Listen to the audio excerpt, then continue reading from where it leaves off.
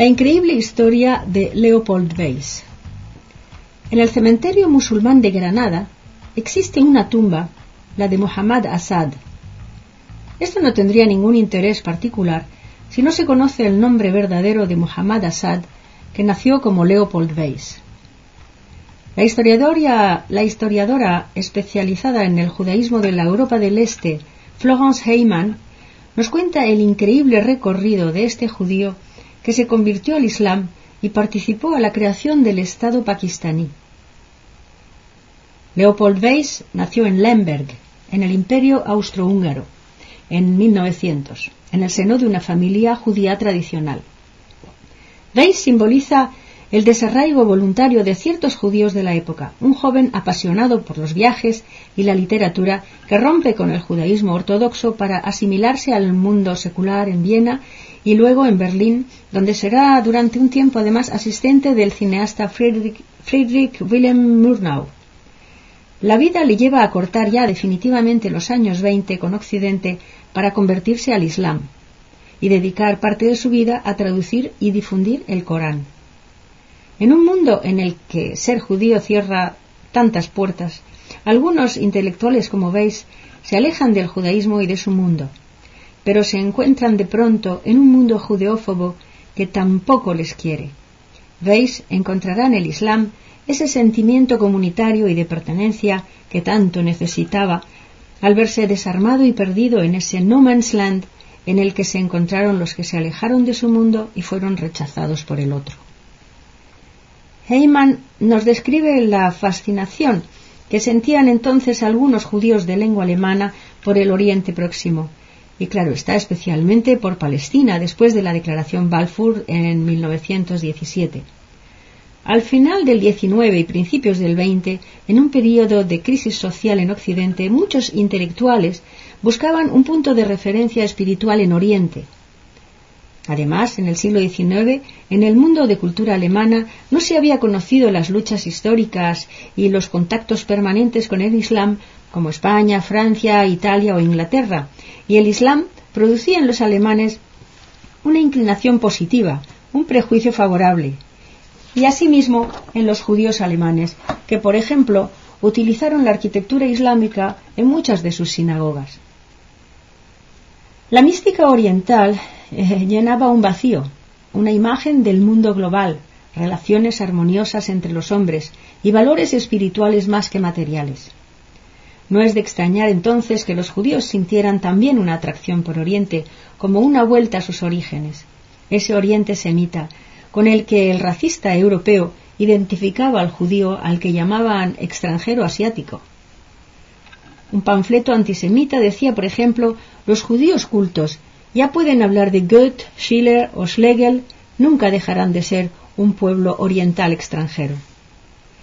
El propio Wilhelm Marr, en 1879, un panfletario de Hamburgo, el que creó el término antisemitismo, había conseguido asimilar a los judíos con los otros semitas para estigmatizar mejor su identidad oriental. Pero para Martin Buber esa idea de judío oriental fue al revés, un triunfo más para cumplir mejor lo que su religión les había indicado desde siempre, su arraigo en la tierra que dio origen al pueblo judío y la prueba de que se puede vivir en una vida justa con la constitución ideal de una comunidad humana sobre la estrecha tierra de Canaán. En esa época, los jóvenes judíos que llegaban a Palestina querían parecerse a los autóctonos, montaban a caballo, peinados con el kefie y aprendían árabe. Pero cada judío lo vio a su manera. El paralelo que se hace de Leopold Weiss y Eugène Höflich lo ilustra bien. Eugène Höflich nació en 1891 en una familia judía. En 1917 acompañó al ejército imperial austríaco a Jerusalén. Los austríacos venían a ayudar a su aliado turco contra los ingleses. El descubrimiento de Oriente le cambió la vida a Eugène Höflich. Leopold Weiss, Eugène Höflich, dos jóvenes adolescentes judíos que cambiaban a menudo de colegio en Viena, dos jóvenes decepcionados por Europa y la debacle de sus valores, dos viajeros que se fueron a descubrir Oriente dejando atrás su patria y llevando una vida nueva, con nombres nuevos, idiomas nuevos y trajes y costumbres nuevas. 2 autores y periodistas. Pero al tiempo que Leopold Weiss se convertía en Muhammad Asad, se peinaba con el kefie y hablaba árabe, Eugene Höflich tomaba el nombre de Moshe Yaakov Ben Gabriel, se ponía unos shorts kaki y hablaba hebreo. Decepcionados ambos por Occidente, estos 2 hombres fueron a buscar el otro mundo en Palestina. Pero mientras Höflich defendía la idea de que árabes y judíos podían realizar el sueño socialista en suelo bíblico, el intelectual político radical Leopold Weiss solo veía otro juego del colonialismo europeo. Weiss se había alejado demasiado de sus raíces judías.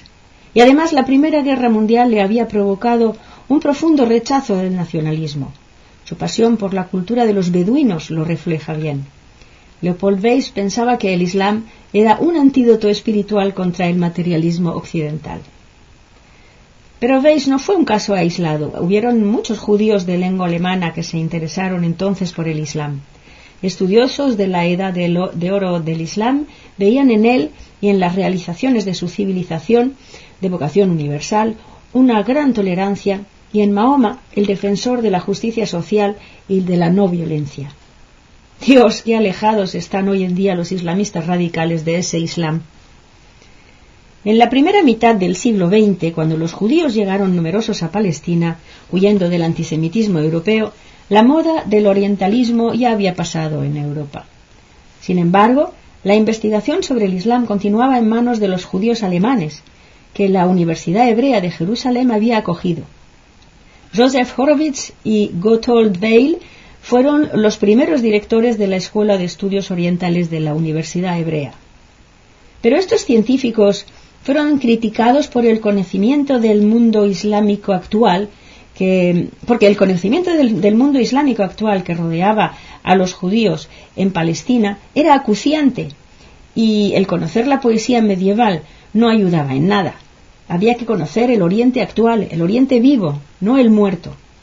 Muchos sionistas pensaban que era imprescindible hablar árabe. Parece que esa exigencia se fue perdiendo desgraciadamente con el tiempo y las dificultades. Las cosas cambiaron y el enamoramiento entre judíos alemanes e Islam fue desapareciendo. Cuando muchos árabes fueron favorables a una victoria de los alemanes, lo que les liberaría de la colonización, los judíos ya no estaban tan de acuerdo. El nazismo había alimentado el antisemitismo en esas regiones, en las que no se conocían las horribles atrocidades cometidas en Europa. Este antisemitismo musulmán fue un duro golpe a las premisas de la tradición judía que había presentado el Islam a Europa como un modelo de tolerancia. Leopold Weiss pasó gran parte de su vida viajando por Oriente desde Arabia hasta El Cairo, Turquía, Irak, Irán, Siria, Afganistán y la nueva Transjordania. Primero viajó por su cuenta con la ayuda de un tío suyo y luego como corresponsal del Frankfurter Zeitung, periódico liberal democrático de izquierdas creado por un judío, Leopold Sonnemann. Entre sus redactores escribían en esa época muchos famosos, como por ejemplo Walter Benjamin. El periódico editó muchos cuadernos de viaje de Weiss y uno de sus manuscritos, Un Oriente Próximo sin romanticismo, en el que su preferencia marcada por los árabes y su tono antisionista provocó no pocas reacciones en la prensa alemana y en algún periódico en algún periódico sionista se le trata de psicópata que se deja llevar por sus sueños. En El Cairo, en la Universidad de Al-Azhar, aprende el árabe y se encuentra con Mustafa el-Maraghi. Esto fue el principio de su camino hacia la conversión. Su compañera era una pintora de la alta burguesía de Hamburgo, Elsa Schiemann, que también se había alejado de su mundo y soñaba con Oriente, y viajó con él. La idealización que Leopold hacía del Islam era la de una civilización sin nacionalismos, sin intereses particulares, ni divisiones de clases, ni iglesia, ni sacerdocio, ni nobleza hereditaria. Su idealismo le llevaba de una desilusión a otra, pasando de un país a otro, para acabar en Pakistán, donde participó activamente en la creación de su constitución. Eso fue muy interesante. Assad estaba considerado como ultrarreligioso y su pensamiento fue de gran influencia para el islamista egipcio Sayyid Qutb, que fue el jefe del fundamentalismo islámico. Es interesante saber que lo que estos hombres querían en realidad era reconstruir el edificio del pensamiento islámico adaptándolo al mundo moderno. Eso es todavía hoy su gran problema. Pero lo que Assad combatía y seguía combatiendo era el nacionalismo. Decía que el nacionalismo en todas sus formas trabajaba en contra del principio islámico fundamental de igualdad entre todos los hombres y en consecuencia era lo más negativo para la unidad de los musulmanes. Para él, la misión del Estado Islámico no era la autodeterminación de una entidad racial ni cultural, sino el establecimiento de la ley islámica como proposición práctica en los asuntos humanos. En 1950 fue director, me imagino que la ley islámica no era exactamente lo que hoy nos presentan. En 1950 fue director del Departamento de la Reconstrucción Islámica y luego fue nombrado como ministro plenipotenciario de Pakistán en la ONU. Sus familiares, que muchos vivían en Israel, intentaron contactar con él y buscar su ayuda en algún momento, pero Assad era incorruptible. Equivocado o no, fue un hombre con grandes y verdaderos ideales. Pero también lo rechazaron los musulmanes, que, celosos, empezaron a dudar de él y le sacaron su origen judío. Cuando quiso casarse en terceras nupcias con una americana convertida al Islam en Pakistán, se lo denegaron. En ese momento asumía las funciones de presidente de la Comisión de los Territorios no Independientes en la ONU. Estuvo tan desilusionado, presentó su dimisión que le fue aceptada y Assad volvió a vivir de su pluma. Se puso a traducir el Corán en inglés y para ello tuvo el apoyo del rey Faisal de Arabia Saudí. The Message of the Quran salió en 1964. La traducción se abría con estas palabras: a los que piensan. Pero el libro fue criticado y los clérigos musulmanes le reprochaban algunas interpretaciones modernistas y alegóricas de algunos versículos. Hubo quien insinuó hasta distorsiones judías. En fin, la traducción fue censurada en Arabia Saudí y Assad quedó consternado, pero no se descorazonó y se instaló en Tánger, en una preciosa villa rodeada de bugambillas llamada Asadilla, en el monte de Tánger.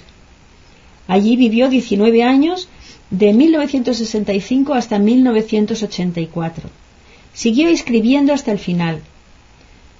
En Tánger le visitaron muchos intelectuales. A Pierre Gasoline, que le entrevistó para su libro Los Nuevos Conversos, dijo que sus convicciones no habían cambiado desde 1926, desde su conversión, pero que el mundo musulmán había cambiado. El rechazo de su traducción era un signo del clima de intolerancia que le decepcionaba tanto. En sus artículos criticó la revolución islámica iraní. Sería interesante conocer su pensamiento hoy en día, pero Leopold yace en un cementerio de Granada bajo el nombre de Muhammad Assad. Weiss fue un judío para el Islam, y así se llama el libro de Florence Heyman, pero sobre todo fue un idealista apasionado por un mundo irreal. Martina Lasri para Radio Sefarad.